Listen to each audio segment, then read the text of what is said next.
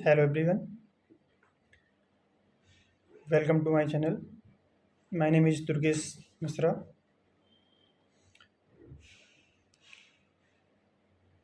आज हम लोग बात करेंगे जो कि कल नोटिफिकेशन आया है CGL 2022 का, जिससे काफ़ी लोग कुछ लोग परेशान हैं, कुछ लोग खुश हैं, कुछ लोग दुखी हैं।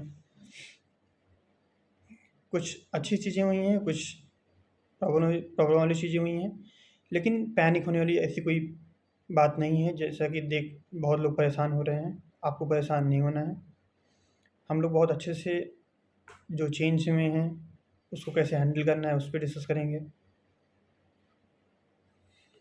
मेरा नाम दुर्गेश कुमार मिश्रा है और मैंने 4 CHSL दिया है। 2017, 18, 19, 20 का 4 क्वालीफाई है। फाइनली मैं अभी डिफेंस मिनिस्ट्री में वर्किंग हूँ और 2019 से मेरा सिलेक्शन प्रिवेंटिव ऑफिसर की पोस्ट पे हुआ है, जिसकी जॉइनिंग प्रोसेस चल रही है, इसी मंथ में हो जाएगी। CGL 2020 में 610 मार्क नंबर हैं, एक अच्छी पोस्ट मिल जाएगी जो भी चाहेंगे वो। तो मैंने लगभग 6 साल यानी 2016 से 2022 तक की जितनी भी चीज़ें हुई हैं SSC में, उसका मुझे अच्छा नॉलेज है। तो हम लोग डिस्कस करेंगे कि कौन-कौन से चेंज आए हैं, फॉर्म में क्या-क्या चीज़ें आपको ध्यान रखनी है। जो नोटिफिकेशन आया है उसका अच्छे से डिटेल एनालिसिस करेंगे, कौन-कौन से चेंज हुए हैं, फ़ोटो आपको कैसे अपलोड करना है, क्या ध्यान रखना है, और भी चीज़ें जो हैं जिससे कि आपका फॉर्म रिजेक्ट ना हो। बहुत लोगों की प्रॉब्लम होती है कि उनका फॉर्म रिजेक्ट हो जाता है। और इसके बाद डिस्कस करेंगे इसी वीडियो में कि जो चेंज हुए हैं उनको कैसे हैंडल करना है, चेंज क्या हुए हैं, कन्फ्यूजन बहुत लोग को है। ठीक है, तो स्टार्ट करते हैं। कुछ अच्छी चीज़ें जो हैं उनको आपको ध्यान में रखना है, परेशान नहीं होना है, पैनिक नहीं होना है। सबसे इम्पोर्टेंट बात ये है। एग्ज़ाम पैटर्न चेंज हुआ है, सबके लिए हुआ है, और ऐसा कुछ भी चेंज नहीं हुआ है जिससे आप हैंडल ना कर पाएँ। जो प्री था उसी का एक्सटेंडेड फॉर्म मेंस में कर दिया गया है। तो आप प्री की तैयारी बिना अच्छे से किए हुए, बिना अच्छे में मार्क्स लाए, आप फाइनल सिलेक्शन पहले भी नहीं ले सकते थे और अभी भी वही है। प्री में क्या होता था कि प्री की शिफ्ट ज़्यादा होती थी, तो प्री की शिफ्ट ज़्यादा होती थी तो कुछ लोग को मॉडरेट पेपर मिलता था। तो मॉडरेट पेपर में क्या होता है, जिनकी तैयारी नॉर्मल होती है वो एक अच्छा स्कोर कर लेते हैं, और कोई मॉडरेट पेपर होता है तो उसमें नॉर्मलाइजेशन का फ़ायदा भी मिल जाता है, जिससे उनके मार्क्स बहुत अच्छे हो जाते हैं।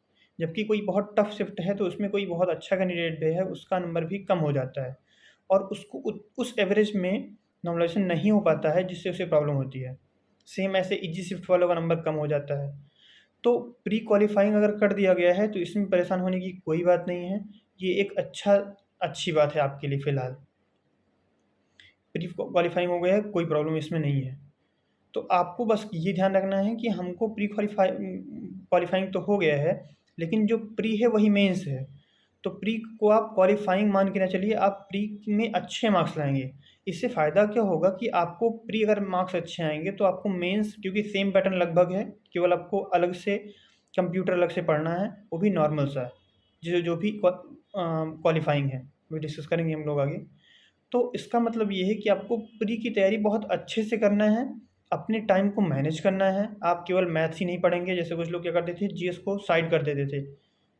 तो आपको वो नहीं करना है, आपको प्री और मेंस दोनों के लिए जीएस पढ़ना है। इसका मतलब आपको टाइम मैनेजमेंट करना पड़ेगा। सपोज़ दैट आपके पास 10 घंटे हैं, तो हमने 3 घंटे पढ़ लिया मैथ पढ़ लिया, 3 घंटे इंग्लिश पढ़ लिया, 2 घंटे आपने रीजनिंग अच्छे से ल सॉल्व कर लिया और 2 घंटे जीएस पढ़ लिया। ऐसे ही आपको डिवाइड करना है कि ऐसा डिवाइड करेंगे कि जिससे सारी चीज़ें कवर हो जाएँ। 1 घंटे या आधे घंटे उसमें निकाल लिया कि कंप्यूटर पढ़ लिया। अभी भी आपको ये भी नहीं करना है कि आप जीएस पे और कंप्यूटर पे इतना फ़ोकस्ड हो गए, रीजनिंग पे इतना फ़ोकस्ड हो गए कि आपका मैथ और इंग्लिश छूट गया। क्योंकि मैथ्स और इंग्लिश ऐसे पोर्शन होते हैं जो कि आपको सॉलिड मार्क्स दिलाते हैं। चाहे आप प्री की बात करेंगे या मेंस की बात करेंगे, कोई भी एग्ज़ाम होगा। तो मैथ और इंग्लिश और रीजनिंग, ये जो पोर्शन है, ये आपको इसमें तैयारी आपको बहुत अच्छी रखनी पड़ेगी, त क्योंकि मेरिट जो बनेगी वो मेंस में इन्हीं के हिसाब से बनेगी। कंप्यूटर आपकी मेरिट में नहीं है। तो जीएस के लिए परेशान नहीं होना कि जीएस अब मेंस में भी आ गया। जीएस मेंस में आया है और सबके लिए आया है। आपको ये भी ध्यान रखना है कि जो क्वेश्चन आप सॉल्व करेंगे मेंस में वही सामने वाला भी सॉल्व करेगा, क्योंकि मेंस अब सिंगल शिफ्ट में कराना स्टार्ट कर दिया एसएससी ने। तो पैटर्न जो चेंज हुआ है उससे जो पढ़ने वाले बच्चे हैं उनका ही सिलेक्शन अभी भी होगा। ऐसा नहीं है कि जिनकी तैयारी बहुत ख़राब होती थी, जिनका प्री में 120 नंबर आता था, 140 नंबर आता था, उनका सिलेक्शन हो जाता था फाइनली। ऐसा बिल्कुल भी नहीं है। इसका मतलब जिसकी प्री की तैयारी अच्छी है वही फाइनल जाके सिलेक्ट होता था, और अभी भी वही होगा। तो पैनिक नहीं होना है, बस चीज़ों को समझना है। तो स्टार्ट करते हैं। तो सबसे पहले आपको इस बार बहुत अच्छी बात ये है आपके लिए कि वैकेंसी बहुत ज़्यादा आई है, बहुत ज़्यादा मतलब 20,000 प्लस। और ये आप 8-10 साल के जब से मैं जानता हूँ एसएससी को, 2012-13 के बाद मैं थोड़ा बहुत इंक्लाइंड था इससे इधर, तो तब से अभी तक मुझे लगता है इतनी वैकेंसी कभी नहीं आई। और इतनी ज़्यादा वैकेंसी इस टाइम पे आना, जो कि इतनी जॉब की इतनी मारामारी है, बहुत बड़ी बात है आपके लिए। इसमें क्या होगा कि जिनकी तैयारी बहुत नॉर्मल होगी उनको भी जॉब मिलेगी। अब ये आपके ऊपर डिपेंड करता है कि आप कितनी मेहनत करके और कौन सी पोस्ट लेते हैं। आपकी नॉर्मल तैयारी है, आपकी बहुत अच्छी तैयारी, तब तो आपको मिलेगा ही मिलेगा।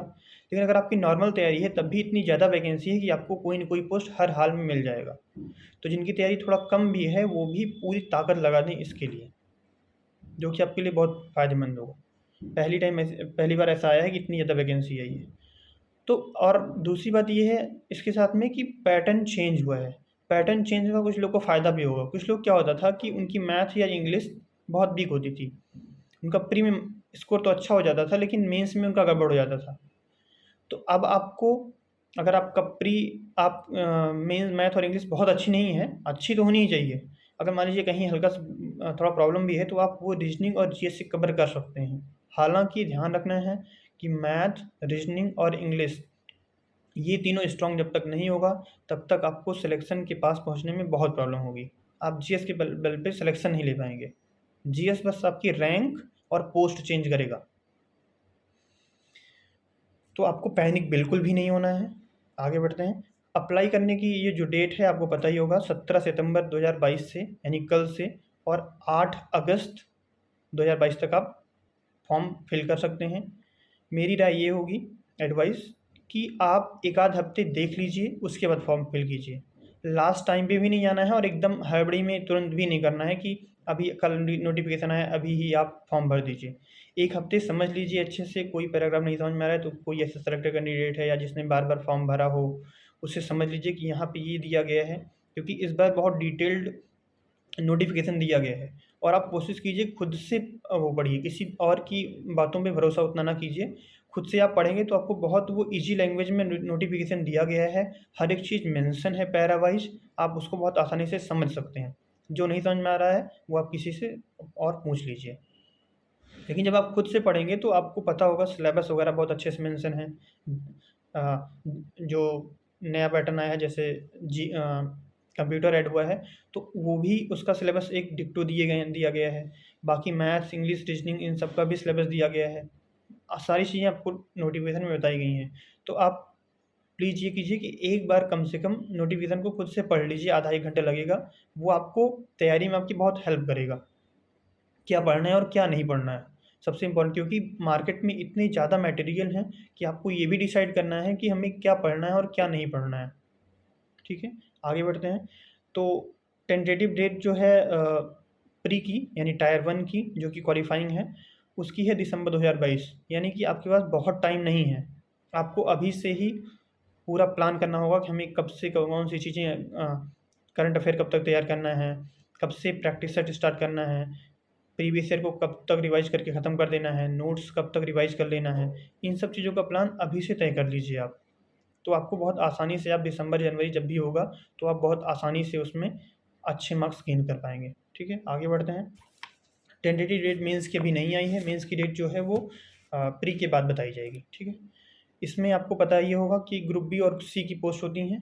ग्रुप बी की कुछ पोस्ट हैं और कुछ पोस्ट जैसे इंस्पेक्टर वगैरह जो होती हैं, डबल ए वगैरह जो होती हैं, ये सब ग्रुप बी की पोस्ट होती हैं। बाकी जो पोस्ट होती हैं वो ग्रुप सी की पोस्ट होती हैं। एज की अगर बात करें तो कुछ पोस्ट में मैक्सिमम 30 ईयर्स है, यानी कि आप 30 साल से अगर कम है तो आप फॉर्म अप्लाई कर सकते हैं। 30 साल या 30 साल से कम है तो फॉर्म अप्लाई कर सकते हैं, नोटिफिकेशन में दिया गया है क्लियरली।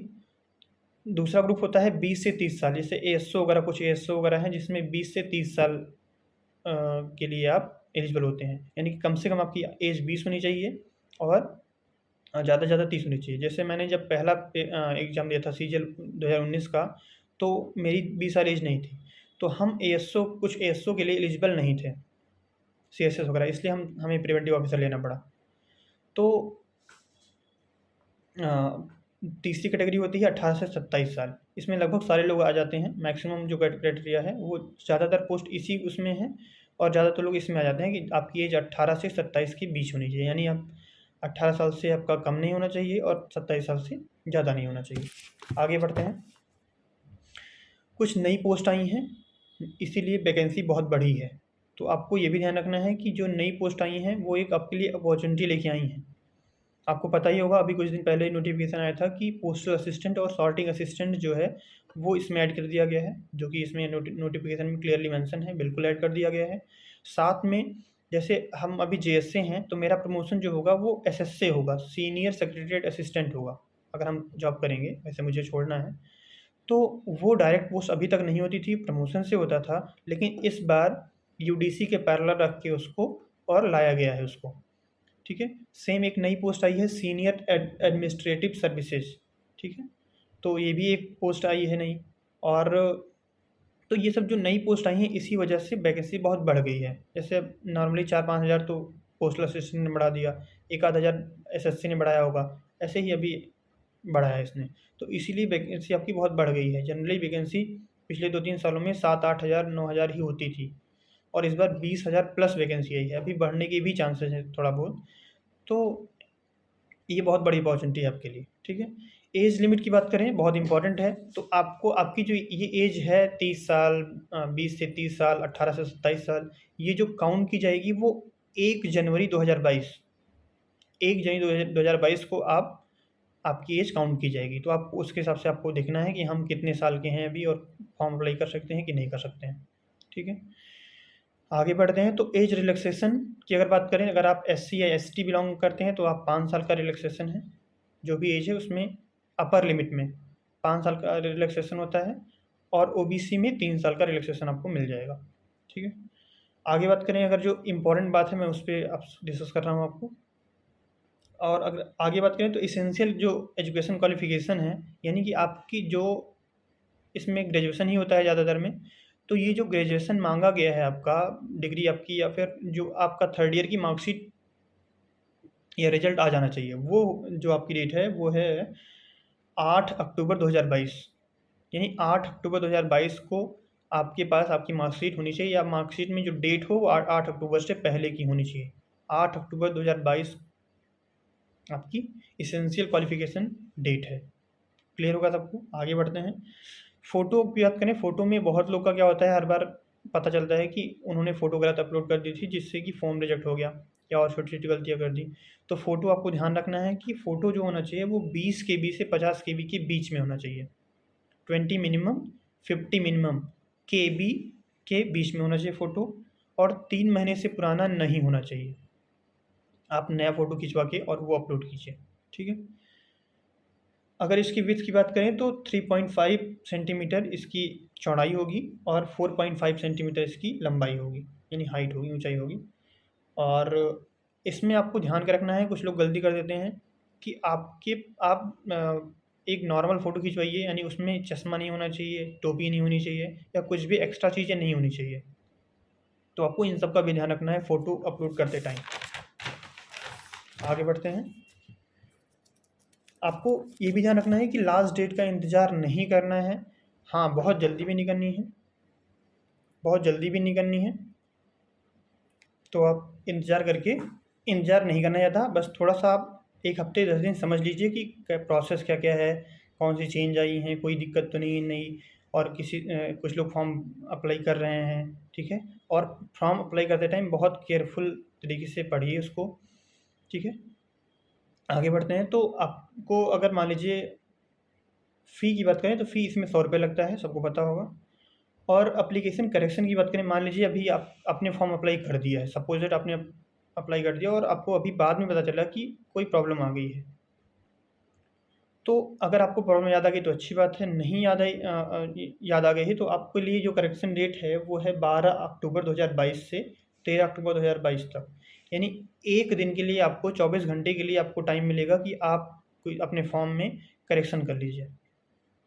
कब? 12 अक्टूबर से 13 अक्टूबर के बीच में 1 दिन के लिए आपको टाइम मिलेगा कि आपकी कोई गलती हो गई है अगर, तो वो टैब ओपन रहेगा उस दिन। आप क्या कर सकते हैं कि अपने एप्लीकेशन को जो भी प्रॉब्लम हुई है उसको सही कर सकते हैं। फ़ोटो प्रॉब्लम हो गई है, सिग्नेचर इश्यू है, कोई और इन्फॉर्मेशन आपने गलती से एंटर कर दी है, तो इन सब चीज़ों के लिए आपको 1 दिन का टाइम दिया जाएगा, जो कि नोटिफिकेशन में क्लियरली मेंशन है।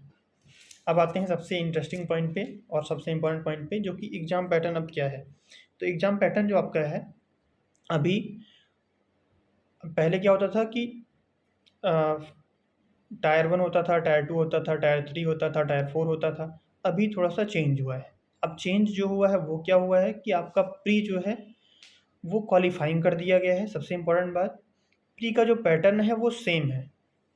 प्री का जो पैटर्न है वो पहले भी 25 रीजनिंग आता था, 25 जीएस आता था, 25 मैथ, 25 इंग्लिश आती थी। और वो एक क्वेश्चन 2 मार्क्स का होता था, यानी 50-50 मार्क के होते थे।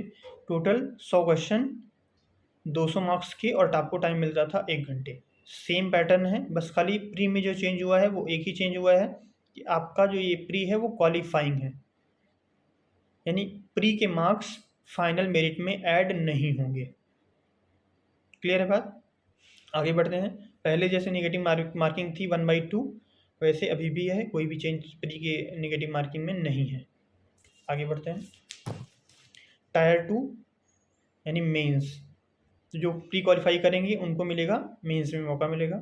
और इसमें जो चेंज हैं ये आपको समझना है अच्छे से, ध्यान से, ठीक है। तो इसमें पेपर 1 में 3 सेक्शन बनाए गए हैं। मेंस में पेपर 1 जो है, पेपर 2 है और पेपर 3 है। पेपर 1 जो होता है वो सबके लिए होता है, पेपर 2 जो होता है वो जेएसओ के लिए होता है, जूनियर स्टैटिस्टिकल ऑफिसर के लिए होता है, ठीक है। और पेपर 3 जो होता है वो एएओ के लिए होता है। तो आपको फोकस करना है पेपर 1 पे, ठीक है। तो पेपर 1 में बात करें तो पेपर 1 को 3 सेक्शन में डिवाइड किया गया है। पहले सेक्शन में आपका मैथ है और रीजनिंग है, जिसमें मैथ आपका जो आएगा वो आपका आएगा, मैथ्स जो आएगा आपका वो 30 क्वेश्चन आएंगे। और जो मार्क्स होंगे, एक क्वेश्चन 3 नंबर का होगा, टोटल मार्क्स हो जाएंगे आपका 90 मार्क्स हो जाएगा, ठीक है। रीजनिंग जो आएगी आपकी वो होगी 30 क्वेश्चन, इसके भी 90 मार्क्स। तो आपका जो मार्क्स हो गया 60 क्वेश्चन, 180 मार्क्स। और आपको जो टाइम मिलेगा पहले सेक्शन 1 के लिए वो 60 मिनट मिलेगा। जब आपका सेक्शन 1 कंप्लीट हो जाएगा तो आपका ओपन होगा क्या, सेक्शन 2, पेपर 1 का सेक्शन 2। सेक्शन 2 में आपको इंग्लिश करनी होगी और जीएस करना होगा। इंग्लिश में आपको 45 क्वेश्चन रहेंगे, एक क्वेश्चन 3 नंबर का, यानी कि 135 मार्क्स का। और जीएस जो आपका होगा वो 25 क्वेश्चन का होगा, 75 मार्क्स, यानी एक क्वेश्चन 3 मार्क्स, तो कितना हो जाएगा, 75 मार्क्स हो जाएंगे। तो टोटल इसमें कितना हो जाएगा, 210 मार्क्स का होगा ये सेकंड सेक्शन आपका। और इसमें टाइम कितना मिलेगा आपको, 60 मिनट मिलेगा। ओके, आगे बढ़ते हैं। सेक्शन 3 आपका होगा, जो कि कंप्यूटर का होगा, यानी 20 क्वेश्चन इसमें रहेंगे, 60 मार्क्स रहेंगे, और टाइम इसका रहेगा 15 मिनट का। ये जो पेपर होगा वो आपका क्वालिफाइंग इन नेचर होगा, यानी कि इसके मार्क्स ऐड नहीं होंगे, लेकिन मिनिमम मार्क्स लाना कंपलसरी होगा। पेपर 1 के सारे सेक्शन को आपको क्वालिफाई करना पड़ेगा, तभी आप फाइनल मेरिट में आएंगे। तो पैटर्न बहुत कुछ चेंज नहीं हुआ है, बस आपको ध्यान रखना है जो प्री का एक्सटेंडेड फॉर्म हो गया है आपका मेंस, बस इतना आपको ध्यान रखना है और परेशान बिल्कुल भी नहीं होना है, ठीक है। फिर आपकी टाइपिंग होगी 15 मिनट के, डाटा एंट्री टास्क होगा, 15 मिनट का होगा, ठीक।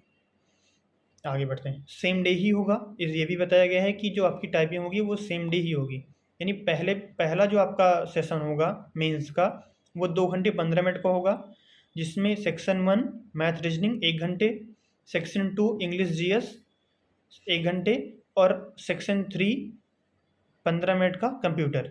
ये आपका पहले एक बार में 2 घंटे 15 मिनट में ये हो जाएगा। फिर आपको सेकंड मीटिंग में आपको मिलेगा 15 मिनट की टाइपिंग। ठीक है, आगे बढ़ते हैं। पेपर 2 में आपको जैसे मैंने बताया कि जेएसओ है। अगर आप स्टैटिस्टिक्स अगर आपने कभी पढ़ा हुआ है तो आप ये एग्ज़ाम दे सकते हैं, और सिलेबस इसका नोटिफिकेशन में क्लियरली मेंशन्ड है। सेम ही अगर आप डब्ल्यू क्वालिफाई करते हैं की मेरिट लिस्ट को, तो आप डब्ल्यू भी दे सकते हैं, नॉर्मल सी बात है।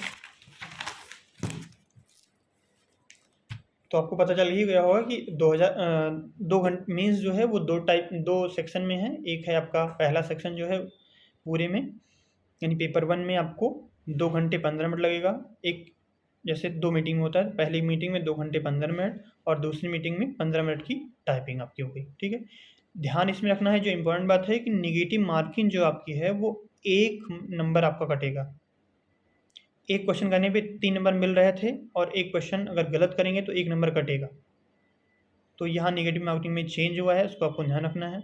जेएसओ और डबलएओ में नेगेटिव मार्किंग पहले जैसे 1/2 ही है, तो उसमें कोई भी प्रॉब्लम आपको नहीं है।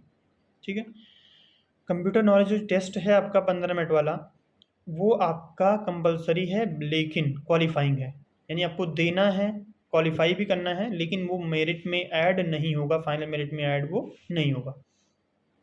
अगर टाइपिंग की बात करें तो टाइपिंग जो है आपका, वो आपका 2000 वर्ड्स आपको टाइप करने होंगे। टाइम आपके पास रहेगा 15 मिनट, जैसे पहले रहा है सेम एज बिफोर, कोई भी चेंज इसमें नहीं आया है। ठीक है, टेस्ट जो होगा, ये टाइपिंग जो होगी वो सबके लिए मैंडेटरी होगी, और लेकिन क्वालिफाइंग ही नीचे होगी, यानी इसमें आपको कोई भी मार्क्स नहीं मिलेंगे, बस आपको क्वालिफाई करना होगा बस।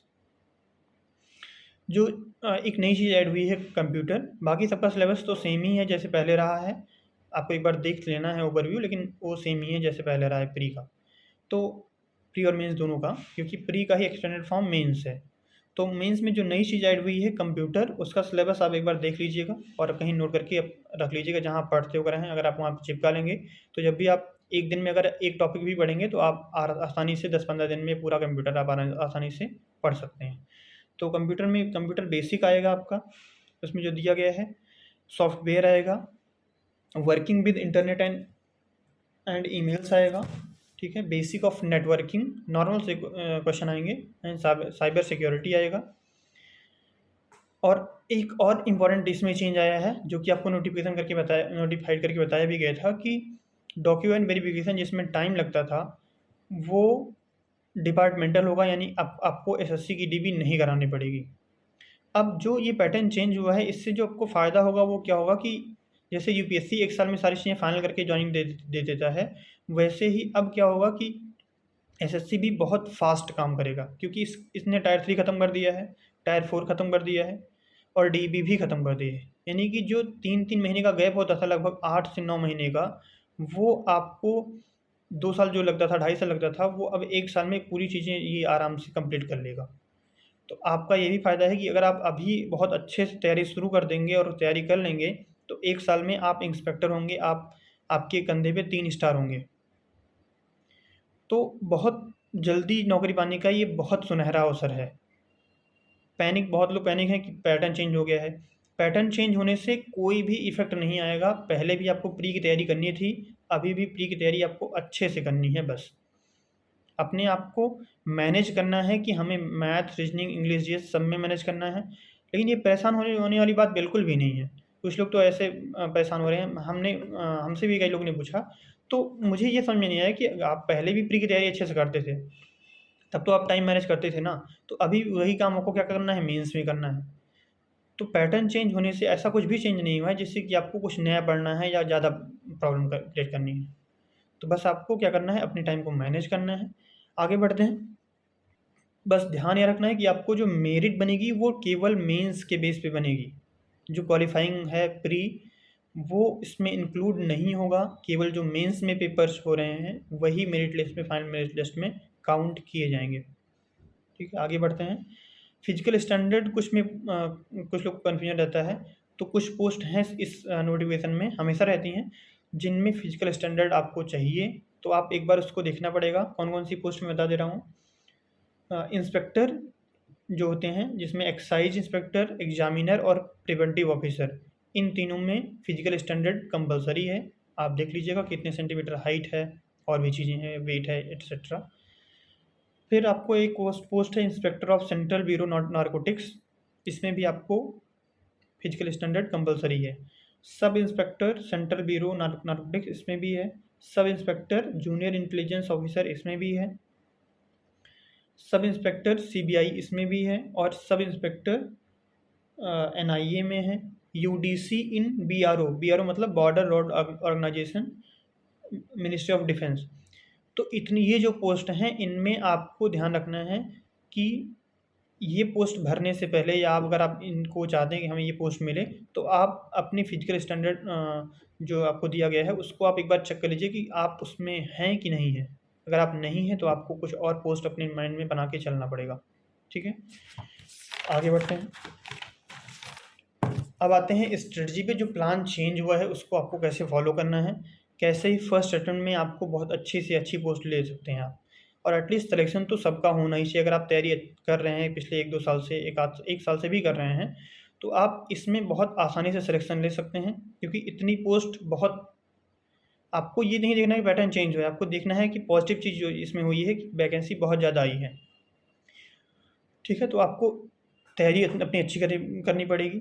तैयारी के लिए आपको मैथ्स को बिल्कुल भी ये नहीं सोचना है कि मेंस में मैथ्स का वेटेज कम हुआ है तो हमें मैथ को किनारे करना है, ऐसा बिल्कुल भी नहीं है। मैथ्स, इंग्लिश, रीजनिंग, मैं फिर से रिपीट करता हूँ, मैथ, रीजनिंग और इंग्लिश, ये तीनों आपका सॉलिड मार्क्स दिलाएंगे, जो कि आपको फाइनल सिलेक्शन ले जाएगा और अच्छी पोस्ट, इंस्पेक्टर पोस्ट या आप जो भी चाहते हैं, एएसओ, एमईए, कुछ भी जो चाहेंगे वो आपको मिलेगी इसमें। तो आपको मैथ्स को बहुत अच्छे से करना है, मैथ्स को बिल्कुल भी दरकिनार नहीं कर सकते हैं आप। इंग्लिश को भी बहुत अच्छे से करना है, रीजनिंग को करना है, ये तीनों पोर्शन अच्छे से कर लिया आपने। जीएस के लिए आपको ये भी ध्यान रखना है कि हमें जीएस बहुत ज़्यादा पढ़नी है। हाँ, लेकिन जीएस पढ़नी भी है। जैसे पहले हम लोग जीएस का करते थे 1 घंटे पढ़ते थे, तो आपको अब वो 1 घंटे वाला नहीं रहा। अब आपको कम से कम जीएस को 2 घंटे 2.5 घंटे देना ही पड़ेगा। 2 घंटे एटलीस्ट दीजिए आप, क्योंकि प्री और मेंस दोनों में उसका खेल है और वो काफ़ी ज़्यादा रोल प्ले करेगा। तो मैथ्स, इंग्लिश, रीजनिंग के बाद आपको जीएस को भी फॉलो करना पड़ेगा।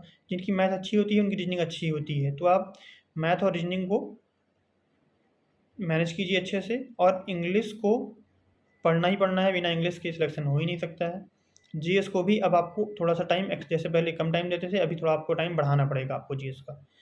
कंप्यूटर की बात करें तो कंप्यूटर आप डेली का अगर आप 20 मिनट, 25 मिनट या आधे घंटे निकालते हैं डेली का केवल, आप अपना सिलेबस निकाल के रख लीजिए और एक टॉपिक को कोशिश कीजिए कि एक दिन में हम पढ़ेंगे और उसका शॉर्ट नोट्स खुद से बनाएंगे।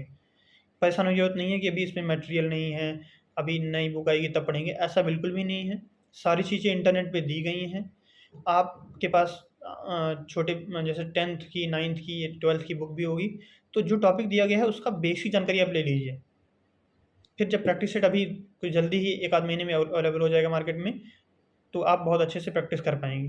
लेकिन खुद से करना क्या है आपको कि कंप्यूटर है तो कंप्यूटर का एक-एक टॉपिक 1 दिन में या 1 हफ्ते में, 2 दिन में, 3 दिन में एक टॉपिक आप कंप्लीट कर लीजिए और उसमें अपनी लैंग्वेज में आप नोट्स बना लीजिए उसका एक कॉपी लेके छोटी-सी। जिससे आपको बार-बार जब रिवाइज़ कर लेंगे तो वो कॉन्सेप्ट बैठ जाएगा दिमाग में। और एग्ज़ाम कैसा भी होगा, क्योंकि क्वालीफाइंग तो है लेकिन क्वालीफाइंग होना ज़रूरी भी है। उसको भी पास करना ही पड़ेगा तभी आपको जॉब मिलेगी। तो आप इसको भी हल्के में नहीं ले सकते हैं, आपको थोड़ा-सा टाइम इस पे देना पड़ेगा। और ये बहुत आसान तरीका है, अगर आप 1 दिन में, 2 दिन में, 3 दिन में एक टॉपिक भी करते हैं, क्योंकि बहुत कम टॉपिक हैं, 15-20 टॉपिक ही हैं, तो बहुत आसानी से आप कर पाएँगे। 1 आध महीने में आपका पूरा अच्छे से कंप्यूटर तैयार हो जाएगा। और जब कंप्यूटर है, टाइपिंग तैयार होती है, टाइपिंग तैयार होती है, जीएस थोड़ा बहुत तैयार होता है, करंट तैयार होता है, ठीक है? तो आपको कॉन्फिडेंस बहुत ज़्यादा रहता है, आप जब एग्ज़ाम देने जाएँगे तो आप बहुत आसानी से चीज़ों को हैंडल कर पाएँगे। टाइपिंग की अगर बात करें तो टाइपिंग, क्योंकि ये मेंस के साथ में ही है, तो अगर आपको टाइपिंग आती है तो अच्छी बात है। हालाँकि टाइपिंग बहुत ईज़ी है, लेकिन अगर आपको टाइपिंग नहीं आती है और आपके marks 120 plus previous year paper में या मॉक में आ रहे हैं, यानी आप प्री में फाइट करने वाले हैं, तो आप प्लीज़ टाइपिंग थोड़ा बहुत 15 मिनट, 20 मिनट, आधे घंटे टाइम दीजिए। या तो सीख लीजिए इंस्टीट्यूट जाके, या तो खुद से टाइम दीजिए, खुद से भी आप सीख सकते हैं, ऐसा कोई इश्यू नहीं है। टाइपिंग ईज़ी है लेकिन कंपल्सरी है, तो टाइपिंग को भी थोड़ा बहुत आपको टाइम देना पड़ेगा। तो ओवरऑल जो आपका है कि आपको परेशान बिल्कुल भी नहीं होना है, पैनिक नहीं होना है, खुश होना है कि हमें वैकेंसी बहुत ज़्यादा मिली है और बिल्कुल लापरवाही ना करते हुए अभी से आप अच्छे से लग जाइए कि हम इस बार एक अच्छी पोस्ट लेंगे। एक पोस्ट नहीं लेंगे, अगर आप पोस्ट का सोचेंगे तो प्रॉब्लम होगी। कुछ लोग कहते हैं कोई भी पोस्ट मिल जाए, पहले तो आप बड़ी चीज़ को के सपने देखिए। आप ये मान के चलिए हमें इंस्पेक्टर बनना है, जब आप इंस्पेक्टर की मेहनत करेंगे तो आप ऑडिटर बनेंगे और जब आप इंस्पेक्टर से ज़्यादा मेहनत करेंगे तब इंस्पेक्टर बनेंगे। ऐसा इसलिए होता है कि अगर आप 120 की तैयारी करके जाएँगे तो आप वहाँ पे जो क्योंकि वहाँ 2 घंटे में, 3 घंटे में, ढाई घंटे में आप कितना एफिशिएंट हैं वो मैटर करता है। आपको कितना नॉलेज है ये मैटर नहीं करता है। तो आपको तैयारी हमेशा थोड़ा-सा ज़्यादा करनी है ताकि पेपर कैसा भी आए, पैटर्न कैसा भी आए, आप बहुत अच्छा परफ़ॉर्म कीजिए। ठीक है? तो आज के लिए इतना ही रखते हैं। इन सब चीज़ों का ध्यान रखिए। कोई भी क्वेरी होगी तो प्लीज़ कमेंट कीजिए। और अगर आपको ये वीडियो हेल्पफुल लगा है तो please share, like and subscribe. Thank you so much. अच्छे से पढ़ते रहिए। जय हिंद।